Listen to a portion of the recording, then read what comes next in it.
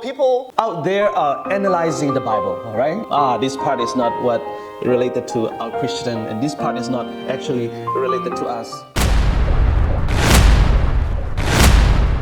Because we celebrate the creation and His redemption. His redemption means we were redeemed by Jesus Christ on the cross. That's why Christ Himself is the creator.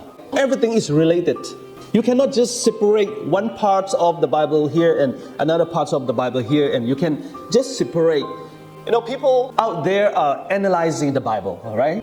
This part is not what related to our Christian, and this part is not actually related to us. You can't do like that, because the Word of God itself is inspired by the Holy Spirit. So the Word of God means all the words, everything in it is, the Word of God. You can't just take this part and keep this part, and you can't do like that. That's why we are not legalistic, because we are keeping God's Word.